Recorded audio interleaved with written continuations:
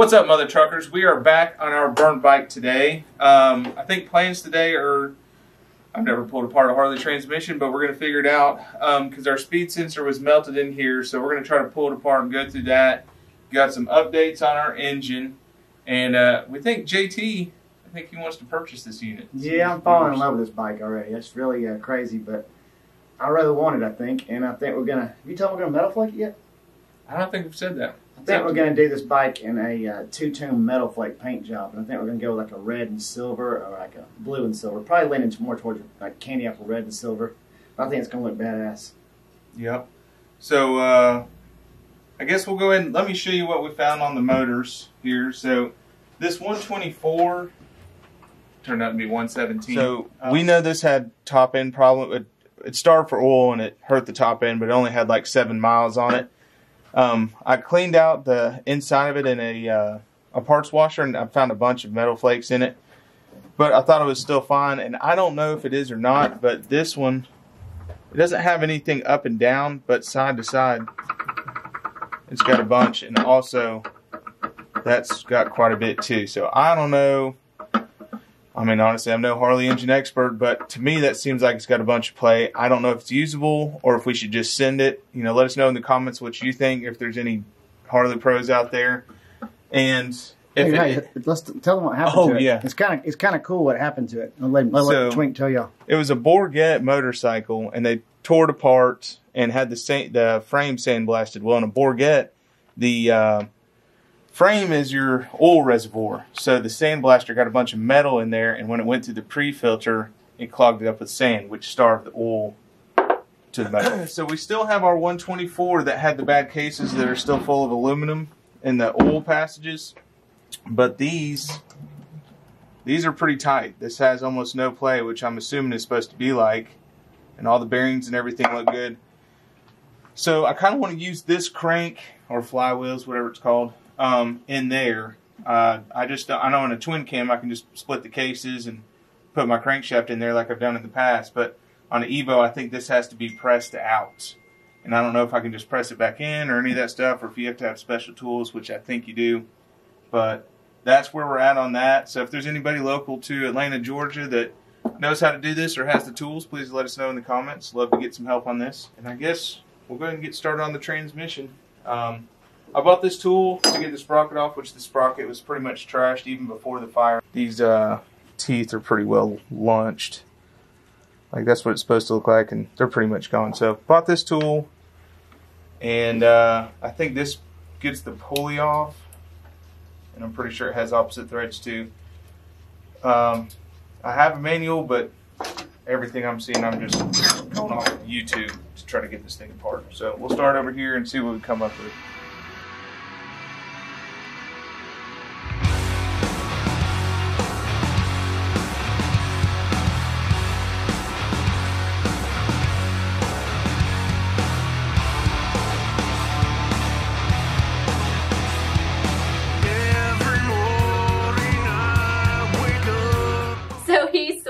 Sides over here. He's going to work on what, the front part of the transmission?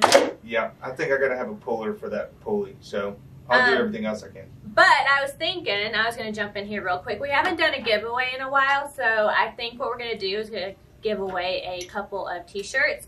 So just leave a comment down below. It can be anything. We're going to pick 2 people off of the comments, and we're going to send you guys a t-shirt.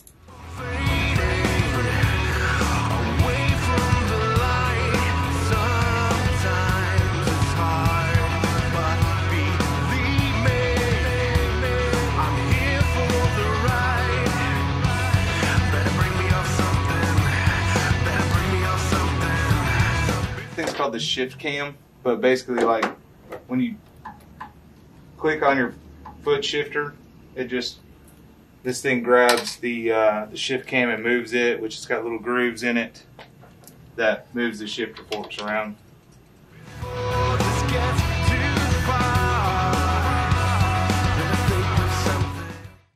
And then I think I can,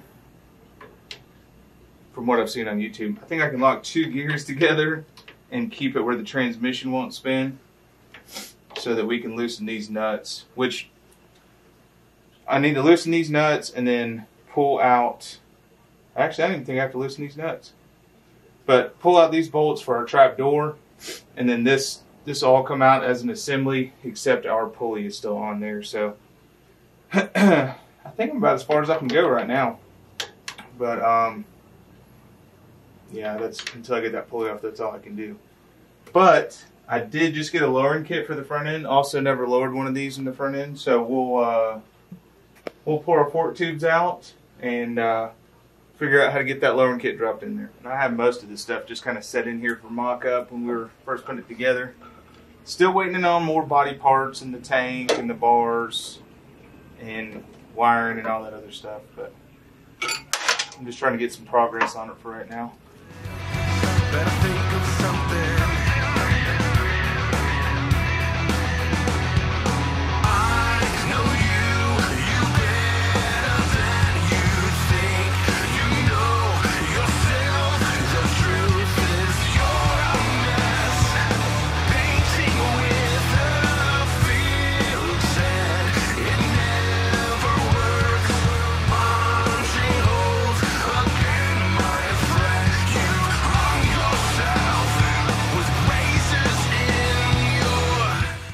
So I don't have like a big enough vise to hold these shocks in, so my plan right now is just get these dudes lowered down, and I'm going to snug up our pinch bolt right here so this can be like my fixture for holding the tubes as I pull in and out the springs.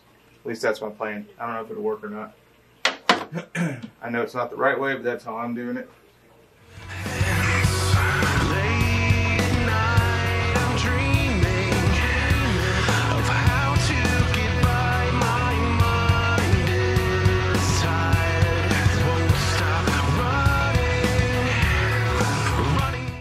There's a bolt that goes through the top of this that holds it on there, and I just ordered it. I thought I'd already stuck it in there so it would let it slide, but not let it fall out.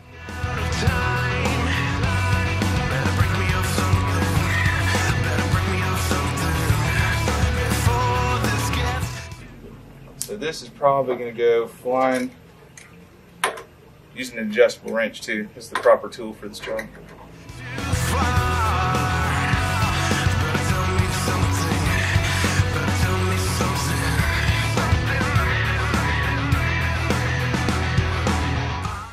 Let me get my new fork springs out and see if it's got any directions and figure out what I do next. So we got our fork tubes off the trees. I'm not messing with that. This is the original fork tube or spring. That joker just comes out. And by the way, we drained out all of the fork oil already because we're going to put new stuff in it. Then we put our new aftermarket one in. Then you drop in a spacer. Then this tube goes in next. Then another spacer. Then this tube. And the spacers, they don't come cut. You have to like cut them to length. Basically, I cut it exactly like it said to in the directions, but like a 1/4 inch above where it made the spring, a 1/4 inch above the top of the tube. Because compressed, they want it 1.5 inches in, which that's about 1.5 inches. That's my guess. So now we're going to put some fork oil in it.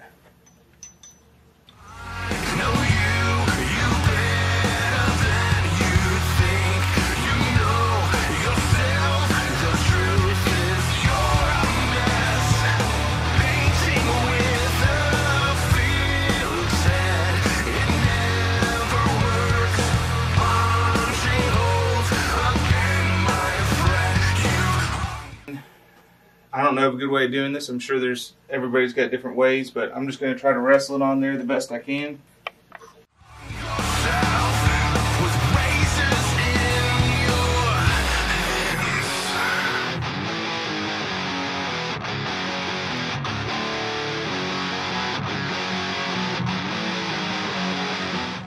There's one lowered fork tube.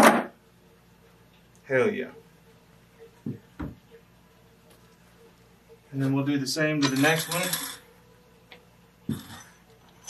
And they wanted the tightly wound part goes up top, so I'm just making sure that's right.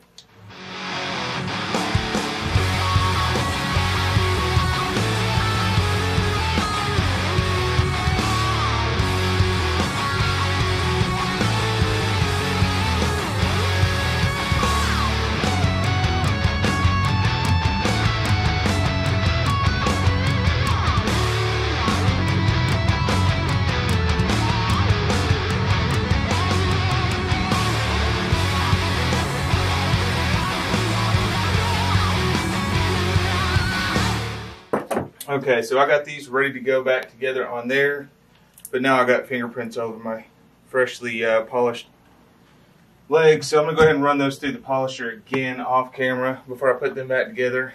And then going back to the transmission, I got to looking at it, and I can just screw this thing over the end of the shaft and tap on a little bit, and I hit it once and it looks like the shaft's going through the pulley. So I don't think I need a tool. I think we can go ahead and just knock it through the hammer right now.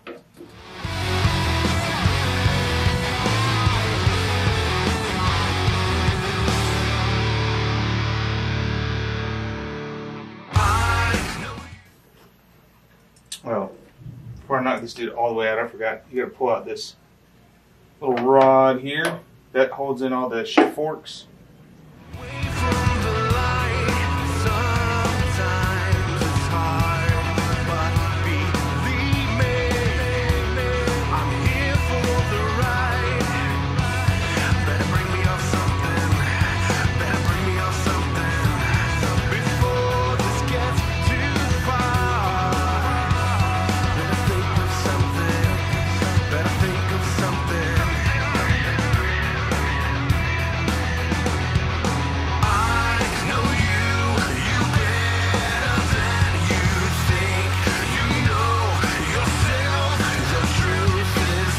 Obviously, I have no idea what I'm doing, so I'm going to pull this nut off right here. Probably not supposed to, but we'll take it off and see what happens.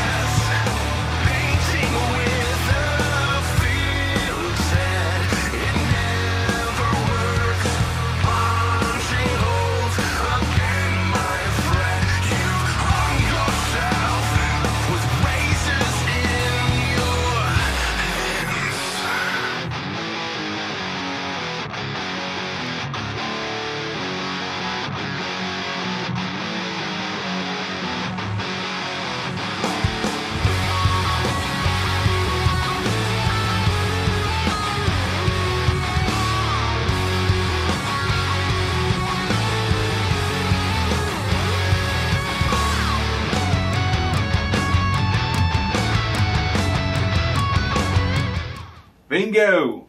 Here's a transmission gear set. And look, everything still looks, in my opinion, hold on, pretty much like new. Okay. Oh, but look, you can kind of see the bottom of the melted speed sensor in there. So I'm going to have to take the nut off the end and slide these shafts out to get to it. You see what I'm talking about? Mm-hmm. Inside of that hole. Because it was like locked up at first where it was melted onto the gear. So I'll go ahead and zip that nut off and get that cleaned out. And we'll clean out the end of this, inside of this transmission.